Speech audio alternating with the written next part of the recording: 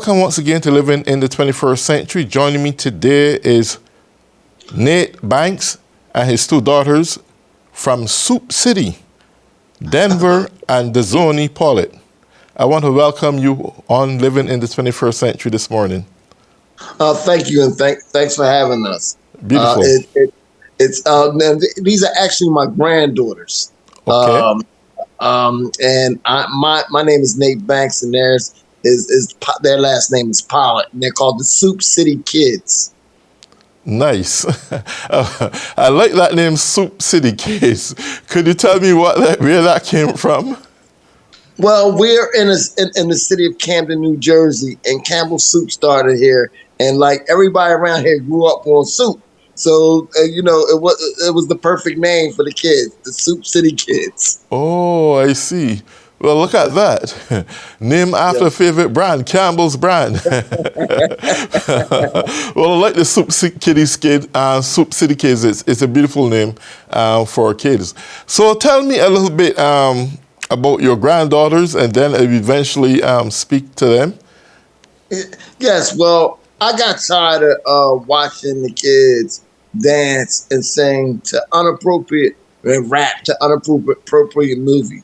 I'm a filmmaker myself, so I decided to make a little movie, like a little rascals with the kids in the city. But I started watching them, the dances the music that they were dancing to had a little too much cussing in it for me. So, my grandkids always, were asking about doing, doing something with appropriate music. Yes. Because I wouldn't allow them to dance to the music with all the cussing in it. Right. So that's when we decided, we was going to start doing our own thing, our own music. And Dazoni, you could tell them a little bit why you wanted to make, clean music. I just wanted to make clean music so other people other kids can grow up with clean music and not bad music or cursing and stuff. Well, that's beautiful because, we live in a time where we live in such an immoral, corrupt society. And to have two young kids like yourself thinking of clean music, still effective, that is a good direction to go in. And this could be an encouragement for a lot of young kids your age. But tell me something.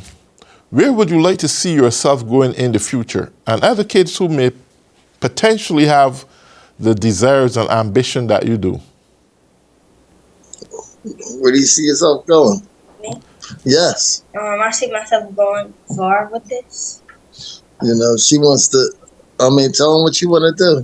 She wants to act. Yeah, Oh, you want to be an actress? Yes. Beautiful. Yeah. Mm-hmm. Is there anything? She wants to inspire other children. The most important to her is giving people, other kids, the opportunity to dance to good, fun music without having to listen to a bunch of profanity. That's what it's all about. Kids being kids. What is your favorite line? Denver, what's your favorite line? Kids, kids. You got to look into the camera, baby. Yeah, look at the camera. Don't be shy. Kids, kids. Yeah. I like where you're going with this as a grandparent. We wish sometimes we have more grandparents like yourself. And when we look around the world today and we see the kind of turmoil and conflict in broken homes, and children have to be fending for themselves, just alone to be in the presence of their grandfather who can teach them and point them in the right direction, that they can build a future for themselves, I think that's a good foundation. As a parent, a grandparent, and a parent also, what gives you the inspiration to keep music clean and keep your children and grandchildren in a place where they can be safe and yet still effective to society? It's sad because when I was coming up, we wasn't even allowed to listen to music, that had any cussing. And I remember being damn near 16 years old and trying to sneak to watch Richard Pryor and my parents catching us and having a fit. and we were 16 years old then. You know, Hmm. so it's times have really changed a lot. You know, where the radio stations just allow anything to go on the radio, and it's inappropriate for kids. Kids need the chance to be children. They need to have a childhood. They need to have good memories. They don't need to grow up fast and dancing to music that's sexual, talks about drugs, just all the wrong things that children shouldn't even be, they shouldn't be involved with at their age. So, my thing was, if I can help it, I'm going to try to make a difference around here, in our area. So if I can help it, that's what I'm going to do. Well, I'm glad you mentioned this, Nate, because I mean, I grew up as a kid myself, and discipline was one of the foremost things in my community. We had to be respectable to our elders. We had cussing. Cussing is something you wouldn't just hear come out of a child's mouth. The kind of music that was played, well, in my time, we didn't have rap music or no such thing. We had strict disciplinarians as parents, so there was a guided compass that keep us in check. And even your neighbors, they even played an essential role as parents, even though they weren't your parents. And I'm glad you touched this because beside the soup, city kids, I can take this moment, and we both can take this moment to speak a positive word into today's modern society with parents, where they have took the wrong track and gone off in the wrong direction, and their children is now left to suffer. They're doing outrageous things. They're ending up in prison. They're getting involved in gangs, smoking drugs, and young ladies pimping their bodies out. And I mean, all these kind of things become a part of our new modern society. And I would love you to speak to these kind of people and tell them the importance of keeping focus and keeping your head on. Right, right. It's very important right now. Our children are our future. And if we don't take and grab their hands right now and lead them, they're going to go right to destruction. It's no ways around it. We have to be parents. We have to lead our children. We have to discipline them. We have to teach them right from wrong. We're supposed to keep an eye on everything that they're doing, especially when it comes to the internet, because there's all kinds of things that can happen on the internet. You got people that are taking kids and using body parts, and and everything is over the internet now. In these days, these kids, are meeting people that we can't even imagine that they would be meeting. So, it's very important that we as parents, really look at our children and think about how we grew up. You know, this is like a serious thing. We have to take a hold of our children. We have to. Absolutely. There's two kind of parents I would like to look at this morning. And this is not to exclude subsidy kids. We're going to get back to them pretty soon. There are kids who grow up in foster parents' homes, and the love and care, attention that they should actually get, they're not getting simply because the people just see the money that comes from the government. And these children need critical attention and nourishment that can point them in the right dimension. Is there a word you would like to probably speak to foster parents in terms of let it to be more than just money? I like to see not just the foster child parents, but all parents. Children are very valuable. They're a gift from God. We have to take care of these kids. They are the future. They're the ones that's going to run this country that we live in one day. We have to chastise them when they're little. See, I tell people all the time, if you don't chastise your streets, your children, if you don't chastise your children, the police officer and people on the street have no problem chastising. So you have to chastise your kids. You have to teach them right from wrong. We've gotten away from everything. The kids are raising themselves now. Yes. We have to stop this. You know what I'm saying? These are valuable. God gave us these kids as gifts, and we need to take care of these kids. And we got to, wake up. I know that it's a lot harder because some parents are working two jobs and this and that. But you got to find a way and make a way to take care of your children. You have to watch over your children and make sure that good family members or good people are watching your children when you're not around. And you have to watch what they're watching on television and on the internet. Simple as that. We have to do these things. If we want to make a better world for tomorrow, we have to take care of our children. We have to show them the right way. Otherwise, they're going to end up in the streets or in jail, or possibly worse than that. Absolutely. I mean, you're really giving some good, viable teachings here this morning. And one other question I want to ask you. There are some immigrant children who come to this country without their parents. In fact, they are referred to as illegal immigrant children.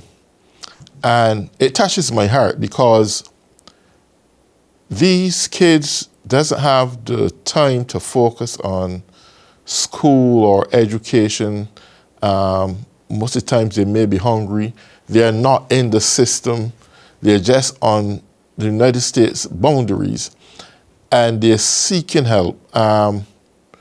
Here we have privileged kids that can learn to act, dance, and do all these kind of things. How would you like to see your children, your grandchildren, inspiring these kids despite of what difficult circumstances they may be experiencing right now? Don't give up. I'm going to tell, I want my grandkids to cater, not to cater because I want them to cater to everybody, and treat everybody decently. But for those kids that are in bad positions, we got a lot of great families like the legendary families. We like to connect with different families that adopt and help children. We try to do everything that we can in our power, to help other people because that's what it's about. Love. God is a loving God, and that's what we show, love, amongst each other. So if we can just love each other and help each other every kind of way and point each other to the right direction, with people that can help. If we can't help, somebody that can help. You know what I'm saying? We'll that's what we want to do. As the Soup City Kids, we welcome everybody. We not just to listen to our music, but just being decent human beings. That's what it's all about. Making these kids decent, to grow up and be decent human beings. Beautiful. This question goes up to Dazoni, and you can also step in to give some guidance. I know you're a young Dazoni, but I want to ask you this question. As a kid your age, how would you like to see other kids your age target their goals and start working on their goals from at this stage? I would like to see them helping others and listening to clean music and just being kids. Mm-hmm. And what about their schoolwork? Would you like them to be just as effective as in dancing and acting, the same very way to do this schoolwork? The importance of doing that? Yes, I would like them to do their schoolwork and maybe go to college. Okay. What favorite piece you like to dance to? Do you have your own creative package? What music do I like to dance to? Mm-hmm. Do you have your own music that you write, or you dance to other people's music? I dance to other people's and I have my own music. Okay. Is there any favorite dance moves you like? No, I love all the dance moves. No, not at this point. Okay. So Denver, you're the oldest, I believe. Denver is the baby. Oh, Denver's the baby. Yes. Oh, you're the shy one. Yeah. Okay. Don't wait So, for the so camera. Denver, how would you like to see some little kids your age form their own dance groups, get their own names, and start performing? Probably having some competition, have it exposed on YouTube, encouraging them to do the same thing. Or for those who like the arts, performing arts, who love to dance and sing and that, would you have anything to say to them? Sing, have fun. I would like them to learn, have fun, and dance and a lot of stuff. Like Who regular wants kids. dance? Like a regular kid. Oh, Okay. I like regular kids that do regular things. You know, there are some bad, difficult kids. Would you like to speak something good to them that they can turn away from doing bad things like bullying other kids at school or get involved in smoking or drinking alcohol or even playing with toy guns and those kind of things? Would you like to say something positive to them? no. Shit. No? No, she didn't. I don't think she really understood the question. Answer the question for her, Dazoni. Okay. Like, I wanted to say to the kids these Sure. days to just be yourselves. Don't get into a lot of things. Just say no to people if they're doing bad. If they ask you to do something bad, just say no and walk away. Okay. Great. Renee, back to you. You know, there are some parents who have two and three jobs just trying to make ends meet to get the kids to school, buy them their school uniforms or clothing and lunch Yes, it's and hard. so forth. And they hardly got time to spend with their children. Some of them are single parents, I must add, and it's difficult for them. What kind of advice would you have for a single parent who want her child to do the best, but just doesn't have the time to commit and be a moral guiding compass in their life? What kind of information would you like to say to that parent to keep them in a positive direction?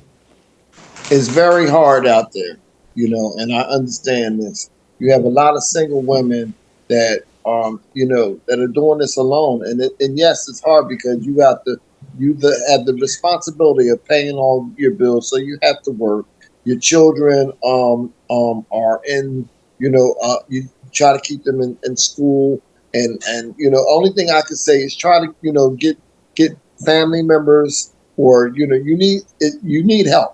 You know what I'm saying? And if you don't have help, you have to you get very close with the schools. A lot of these schools have after school programs. You have to keep them. They have to be around people that are going to actually watch them. You cannot just leave them in the house. Because you're working. You have to make a way. Rather, you find a good friend, because it definitely have to be a good friend when you trust them with your children. A good friend or a relative. Someone has to be around. And to help with these children. And if you, like I said, if you can't get help, you need to seek help from the schools. The best thing is to talk to the people at the schools, because they have all kinds of programs that you can put your children in. That's great. Most of the times we speak about single parents, we often refer to as a mom. She ends up most of the times being the single parent. Is there an encouraging word to dads? I mean, Well, man, from it. I went through the situation with raising, so I understand raising one of my children by myself. So I understand, that it's hard, but I took my son to work with me. I did all kind, but I was fortunate enough to have a job I could do that with.